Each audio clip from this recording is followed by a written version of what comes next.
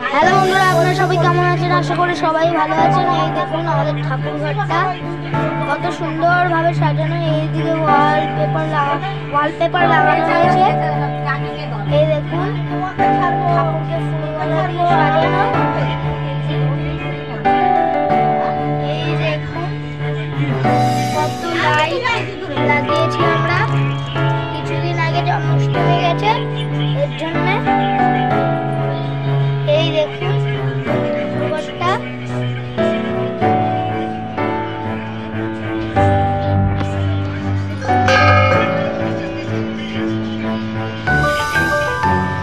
সব এই ফুলমালা দিয়ে সাজানো।